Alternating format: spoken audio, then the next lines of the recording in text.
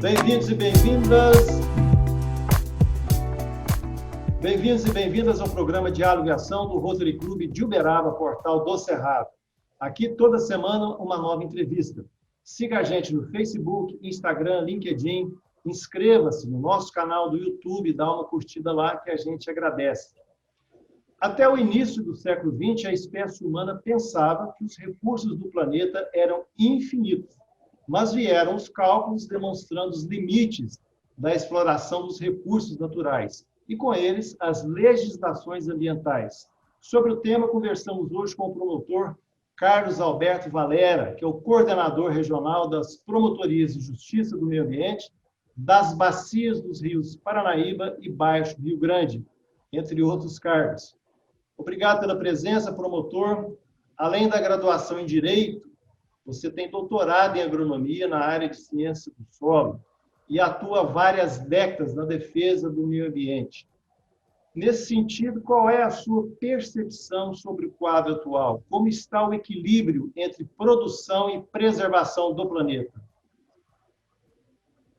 Boa tarde, Heitor. Boa tarde a todos e a todas. Primeiramente, eu queria registrar o agradecimento pelo convite e também parabenizar o Rotary por esse importante instrumento de comunicação que está levando conhecimento e cidadania para nosso Uberaba e para toda a região. Heitor, você tocou num ponto nevrálgico, né? Nós temos um problema cultural no Brasil e no resto do mundo. As pessoas acham que os recursos naturais são de natureza infinita.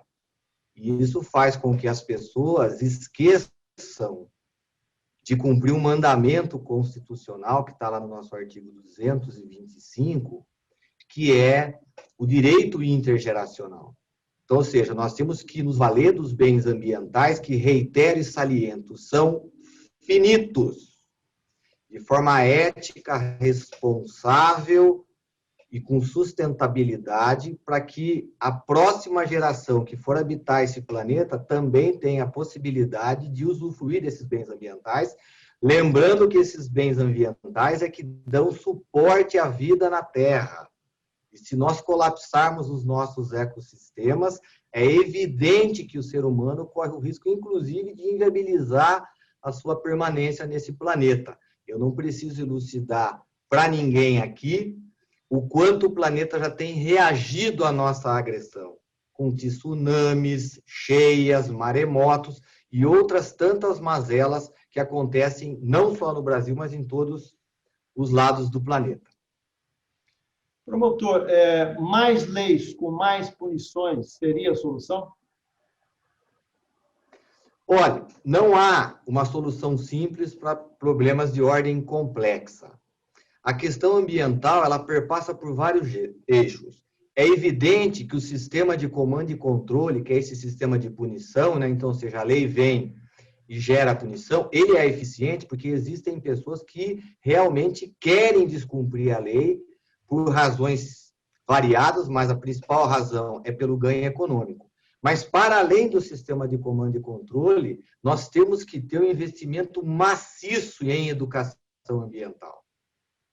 E quando eu falo educação ambiental, é educação lato sensu, né? As pessoas têm que entender o que é um ecossistema, a pessoa tem que entender o que é o meio ambiente. E olha assim, só para recordar rapidamente, o meio ambiente é um conceito legal que está previsto lá no artigo 3º da Lei Federal 6938 de 81, lei essa que é a Política Nacional de Meio Ambiente. E o conceito da lei, ele é um conceito holístico. As pessoas têm que entender que quando eu falo de meio ambiente, eu tenho que ter uma visão de conjunto de todo aquele ecossistema e, obviamente, dos seres vivos, racionais ou não racionais, que habitam aquele ecossistema. Agora, sem dúvida, o sistema de comando e de controle, ele é importante. A nossa Constituição, no parágrafo 3º do artigo 225, quando trata do meio ambiente, ela traz o que nós chamamos de tríplice responsabilidade. E o que é a tríplice responsabilidade? É aquela pessoa física ou jurídica, de direito privado ou de direito público, que comete um dano ambiental, ela sofre 3 tipos de punição. A primeira punição é uma multa administrativa, a segunda punição é a responsabilidade de natureza civil e a terceira punição é a responsabilidade de natureza penal. Então, nós temos que ter esse instrumento como reforço ao argumento de convencimento. Então, ou seja, eu levo a boa educação, eu comprovo através da boa ciência, mas se a pessoa recalcitra no cumprimento da lei e continua perpetrando dano ambiental, o Estado, e aqui entendido o Estado em sentido amplo, tem que ter instrumento.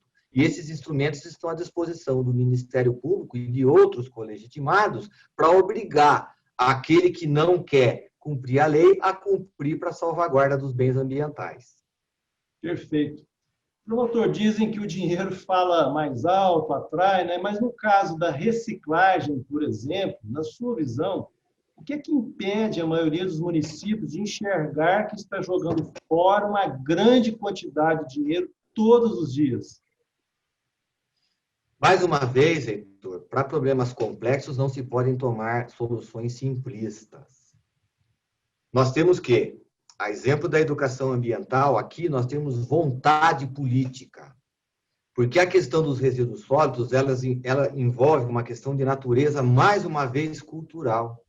As pessoas criaram o hábito de que, por um passe de mágica, nós depositamos o nosso cesto de lixo na porta das nossas residências e esse lixo some.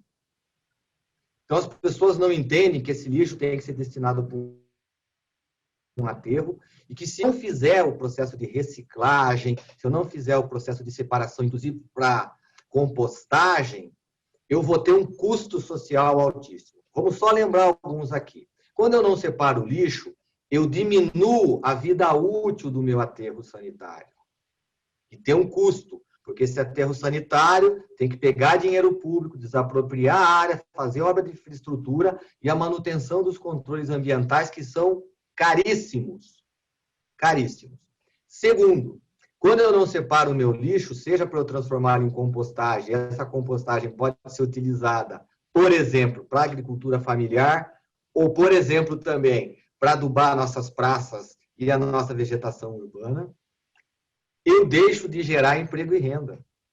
E mais, eu excluo desse processo uma parcela vulnerável da população que merece todo o nosso respeito e toda a nossa atenção, que são os que são chamados de catadores, que eu chamo de agentes ambientais. Então, ou seja, quando nós não separamos o nosso lixo, nós estamos aterrando dignidade e renda. Só que, para isso, o que nós precisamos? Vontade política. Por quê? Porque, como eu disse, a questão ambiental, quando a educação e o convencimento não convencem, nós temos que aplicar o sistema de comando e controle. O que a gente sugere para os nossos gestores, né, para os 58 prefeitos e prefeitas na regional, onde hoje eu tenho a honra de coordenar? É que produzam legislações obrigando o cidadão a fazer o processo de separação do seu lixo.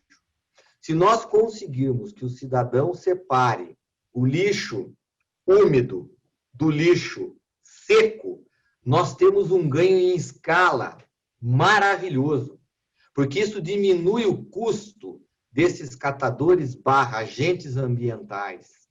E eles podem comercializar esses produtos e gerar emprego e renda, diminuindo, inclusive, a pressão sobre os orçamentos públicos, porque as pessoas que possuem condição de renda não precisam de auxílios, não precisam de Bolsa Família e diminuem a pressão sobre o nosso sistema de saúde e, inclusive, sobre o nosso sistema educacional. Para além disso, como eu disse, esse lixo úmido, triado do lixo seco, ele fica mais fácil de ser transformado num adubo natural.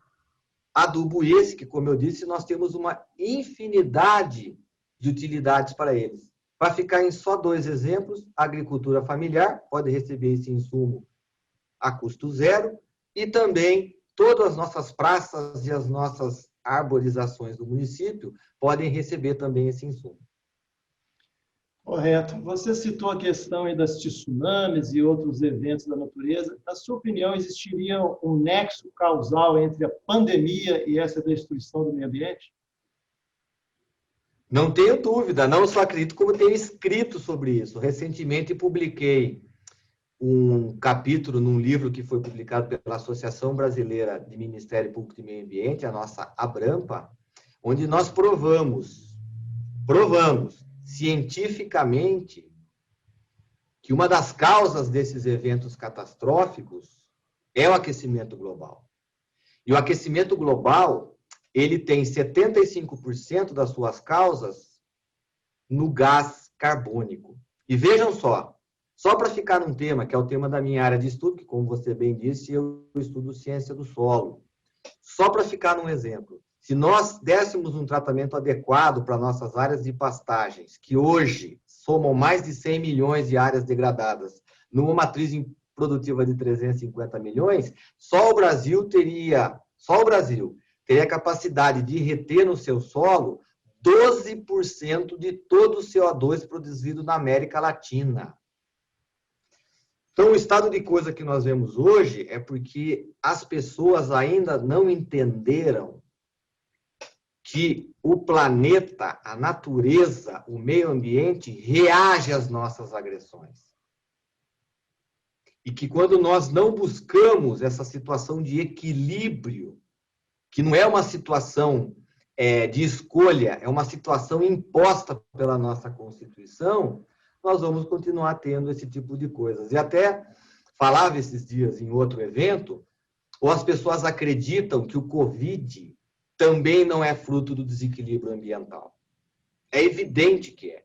As pesquisas preliminares até agora estão dizendo que ele é uma variável que veio de um animal. Ora, esse animal desenvolveu essa variável porque ele teve, com relação ao seu habitat, ao seu modo de vida e à própria Constituição, alguma interferência humana que fez com que ele produzisse esse vírus tão letal e que tem ceifado tantas vidas aqui no nosso país e no mundo. E eu aqui também quero me solidarizar com todas essas vítimas e também com seus entes queridos pela perda inastimável dessas pessoas.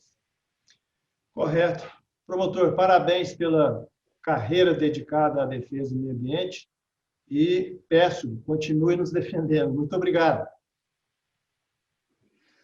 Heitor, eu que agradeço.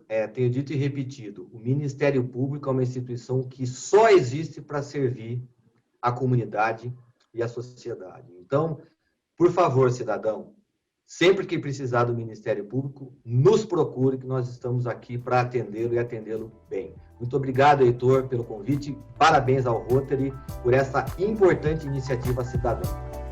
Obrigado.